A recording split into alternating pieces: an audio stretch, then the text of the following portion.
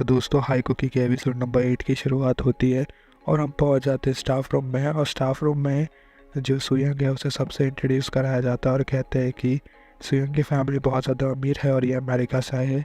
तो ऑब्वियसली जो जितना भी डॉक्यूमेंट्स होता है सारे के सारे डॉक्यूमेंट्स फेक होते हैं और ऐसा कहा जाता है कि ये अमेरिका से है। पर जो योंग पिल है उसे तो मालूम होता है कि ये सुयंग है मिनयंग की बहन। तो उसके बाद जो योंग पिल है वो लेके जाता है सुयंग को और कहता है कि यह क्लास F, जितने भी बच्चे हैं सबको यहाँ से शुरुआत करना पड़ता है और ये सबसे लोएस्ट क्लास है, यानी कि अगर तुम्हारे स्कोर्स अच्छे होंगे ना तो तुम्हें आगे के डिविजन्स में भेज दिया जाएगा। तो फिलहाल तुम्हें यहाँ से स्टार्ट करना होगा। उसके बाद जैसे ही सुयंग जाती है क्लास में तो उसको उसका सीट दे दिया जाता है और उसके बाजू में जो लड़की बैठी होती है वो थोड़ी नर्ड टाइप की होती है और वो कहती है उससे कि तुमसे मिल के अच्छा लगा, तुम बहुत ज़्यादा खूबसूरत हो। और फिर बाद में उसे बहुत सारी अलग अलग वियर्ड चीज़ें बताने लगती है स्कूल के बारे में जो सुयंग ने उसे पूछा भी नहीं होता। उसके बाद हम देखते हैं कि जो होशो है वो बैठा होता है स्विमिंग क्लास के लिए और जब वो स्विमिंग क्लास के लिए बैठा होता है कि तभी उसे याद आ रहा होता है कि सुयंग ने क्या कहा था। तो सुयंग ने उसे कहा था कि जो उसकी आइडेंटिटी है वो छुपा के रखने के लिए वो किसी काम की वजह से यहाँ पे आई है और उसे किसी को भी नहीं बताना है कि वो सुयंग को जानता है। और फिर सुयंग कहती है कि तुम्हें बस प्रिटेंड करना है कि तुम मुझे नहीं जानते। फिर जब वो वहाँ से उठ के जा रही होती है कि तभी सुयंग वहाँ पे पहुँच जाती है। तो जैसे ही वो स्वयं को देखता है पर वो इग्नोर करता है स्वयं को और निकल जाता है कि तभी जो स्वयं की जो सीटमेट है वो आ जाती है और उसका हाथ पकड़ लेती है और कहती है कि स्विमिंग क्लासेस के लिए आपको स्विमिंग वाले कपड़े पहनने पड़ेंगे, आप ये कपड़े पहन के स्वयं नहीं कर पाओगी। तभी स्वयं के क्लास का एक लड़का आता है और उसके गर्दन पे हाथ रख देता है और कहता है कि क्या मैं तुम्हें स्विमिंग करना सिखा दूँ अगर तुम्हें स्विमिंग नहीं आती है तो। और फिर वो स्विमिंग से कहता है कि अगर तुम्हें आसानी से जीना है यहाँ पे तो तुम्हें मेरे क्लोज रहना होगा। कि तभी जो सुयंग है वो अपना एल्बो मार देती है उसके पेट में। उसके बाद वो लड़का फिर से खड़ा होता है और कहता है कि तुम्हें कैसे मालूम पड़ा मुझे ये सब पसंद है, मुझे वायलेंस बहुत ज़्यादा पसंद है। फिर वो सुयंग की तरफ जा रहा होता है कि तभी उसके ऊपर कोई तौलिया फेंकता है। तो जो लड़का उस पर तौलिया फेंकता है वो जिन्वो होता है। तो जिन्वो से बात करने की कोशिश करता है। फिर सीन शिफ्ट हो जाता है कैफेटेरिया में। जब हम लोग कैफेटेरिया में बैठ के खा रहे होते हैं तो वो कहता है कि अगर वो लड़का फिर से तुम्हें परेशान करता है तो मुझे बोल देना, मैं उसे ठिकाने लगा दूंगा। उसके बाद वो सुयंग की बैचमेट को भेज देता है और फिर बाद में सुयंग को असली नाम लेके बुलाता है। तो सुयंग कहती है कि तुम कौन हो, तुम्हें कैसे पता मेरा नाम क्या है। तो वो बताता है कि मैं मिनयंग का कलीग हूँ और मैं मिनयंग का एम्प्लॉय भी हूँ, मैं मिनयंग के साथ ही काम करता था क्योंकि डिस्ट्रीब्यूशन में। उसके बाद सुयंग पहुँच जाती है अपने रूम में और उसके साथ में जो उसकी बैचमेट है वो भी चल के आती है। और जब सुयंग अपने कपड़े निकाल के डाल रही होती है कबर्ड में तभी जो उसकी बैचमेट है उसके थोड़े कपड़े चुरा लेती है, जो इनर वेयर्स होते हैं ना वो चुरा लेती है। उसके बाद हम देखते हैं कि जो होशो है वो क्लास में बैठा होता है और हीजिन भी क्लास में होती है और हीजिन बहुत ज़्यादा गुस्सा कर रही होती है क्योंकि वो लाइक करती है जिन्वो को, पर जो जिन्वो है उसे तो बिल्कुल भी पड़ी नहीं होती उसकी। उसके बाद वो पूछती है कि क्या तुम्हें जिन्वो ने कहा है मुझसे डेट करने के लिए, इसलिए तुम यहाँ पे हो। तो वो कहता है हाँ मुझे जिन्वो ने ही कहा था। तो वो कहती है कि तुम्हारे ऐसे क्या मजबूरी है कि तुम्हें ये करना पड़ रहा है, तुम्हें बिल्कुल भी शर्म नहीं आती क्या, वो तुम्हें जो कहता है तुम करते रहते हो। और क्योंकि तुम हमेशा कुछ ना कुछ करते रहते हो जो तुम्हें वो कहता है, इसके लिए पूरे स्कूल में रूमर चल रहा है कि वो तुम्हारा फ़ीस भरता है, तो तुम्हें बिल्कुल भी शर्म नहीं आती क्या। तो जो गोशु है वो कहता है कि हाँ ये तो सच ही है कि वो मेरा फ़ीस भर रहा है। वो कहता है कि जो उसकी मम्मी है उसे कैंसर है, इसलिए वो हॉस्पिटल में एडमिट है और जो उसके पापा है वो बहुत ज़्यादा लोन लेके भाग गए हैं। उसकी वजह से जो इसके पास पैसे बिल्कुल भी नहीं है इसकी फैमिली के पास में। तो इसका जितना भी खर्चा है वो पूरा का पूरा जिन्वो ही उठाता है, इसलिए जो भी जिन्वो कहेगा वो ये करके रहेगा। तो हीजिन जैसे ये सुनती है तो उसकी बोलती बंद हो जाती है और फिर वो कुछ नहीं कहती कि तुम्हारा चेहरा इतना सैड जैसा क्यों लग रहा है। उसके बाद हम देखते हैं कि जो सीन है वो शिफ्ट होता है और जो मिनेंग की जो रूममेट है वो ले आई होती है कपड़े उन लड़कों के पास में जिस लड़के ने कोशिश किया था कि वो सुयंग को टच कर सके उसके लिए।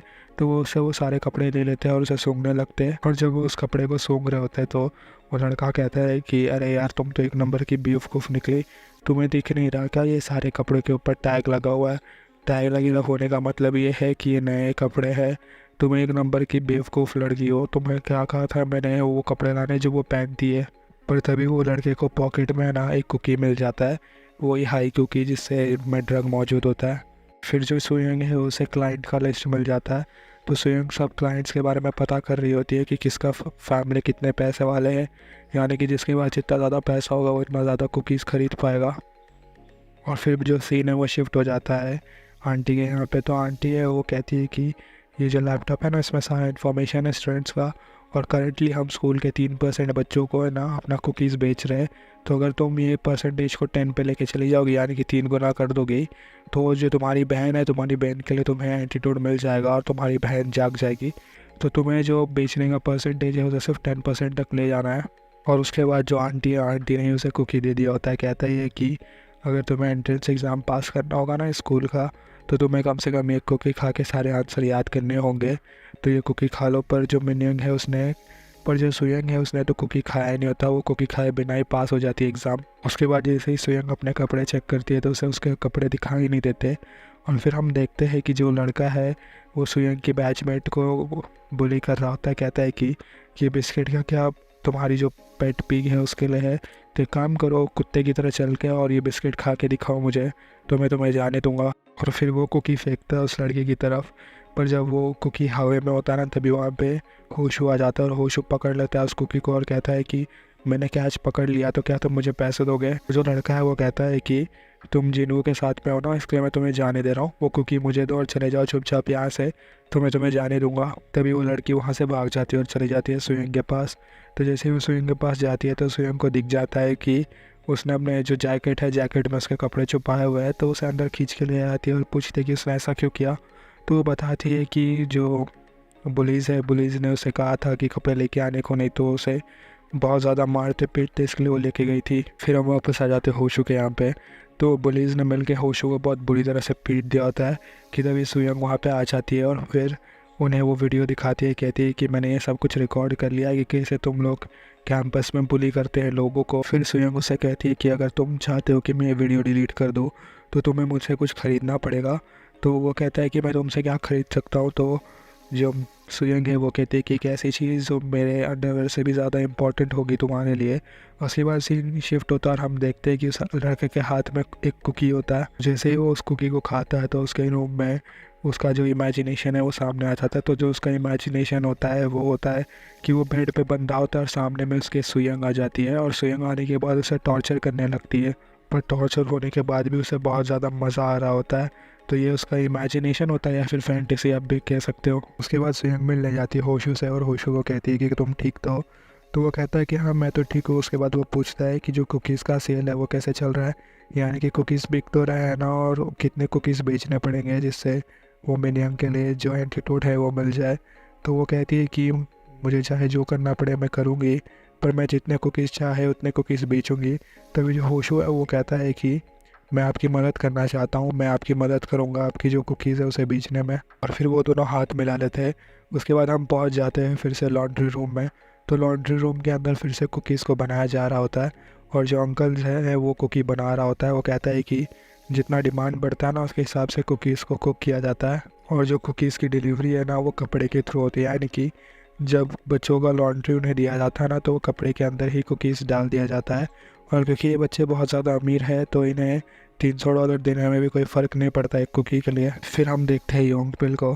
तो जो योंगपिल है वो बच्चों के रिकॉर्ड्स के थ्रू जा रहा होता है और जब वो बच्चों के रिकॉर्ड्स के थ्रू जाता है ना तो वो देखता है कि इतना ज़्यादा IQ और इतना पावरफुल ऑपरेशन चलाने का जो पावर है ना वो एक ही आदमी के पास है, वो है जिन्वो। क्योंकि जो जिन्वो के पापा है वो इस पूरे जो कॉलेज इंस्टीट्यूट है या फिर ये जो बड़ा इंस्टीट्यूट है उसके प्रेसिडेंट है। तो सिर्फ और सिर्फ उसके पास इतना पावर और नॉलेज है जिसके मदद से वो ये ऑपरेशन को चला सके। उतने में हम देखते हैं कि जो आंटी है वो बात कर रही होती है शेफ़ से और शेफ़ से कहता है कि आज हमने नए कस्टमर्स को डाल दिया है, यानी कि आज हमारे पास 5 नए कस्टमर्स आ चुके हैं, यानी कि सिर्फ आज के दिन उन लोग ने $1500 कमा लिया है। और फिर बाद में जो आंटी है वो कहती है कि अच्छा हुआ हम लोग ने सुयंग को रख लिया जॉब पे। उसके बाद जो आंटी है आंटी कहती है कि आपने वो पुलिस वाले का क्या किया। तो जो शेफ़ है वो कहता है कि मुझे एक्चुअली में पता चल चुका है कि जो नया पुलिस वाला है, जिस पुलिस वाला से मिनियंग ने कांटेक्ट किया था वो कौन है। और फिर हम देखते हैं कि जो शेफ़ है, शेफ़ अपने मोबाइल में ना देख रहा होता है आंटी को और आंटी से बात कर रहा होता है और चल रहा होता है लॉबी में। और चलते चलते वो पहुंच जाता है जिन्वो के रूम में और जो जिन्वो है वो बस बैठ के पढ़ाई कर रहा होता है। और जो शेफ़ है वो जैसे ही एंटर लेता है तो उसका चेहरा होता है होशू का, यानी कि जो होशू है वो एक्चुअली में शेफ़ और होशू ही है सब कुछ के पीछे। होशू ने ही ये ड्रग बनाया है और जो होशू है वो ही ये ड्रग को डिस्ट्रीब्यूट भी करता है। और जैसे ही हमें ये पता चलता है कि होशुई शेफ़ है तो वहीं पे एपिसोड नंबर 8 ख़त्म होता है। तो दोस्तों अगर आपने अभी तक मुझे सब्सक्राइब ना किया हो तो सब्सक्राइब कर दें।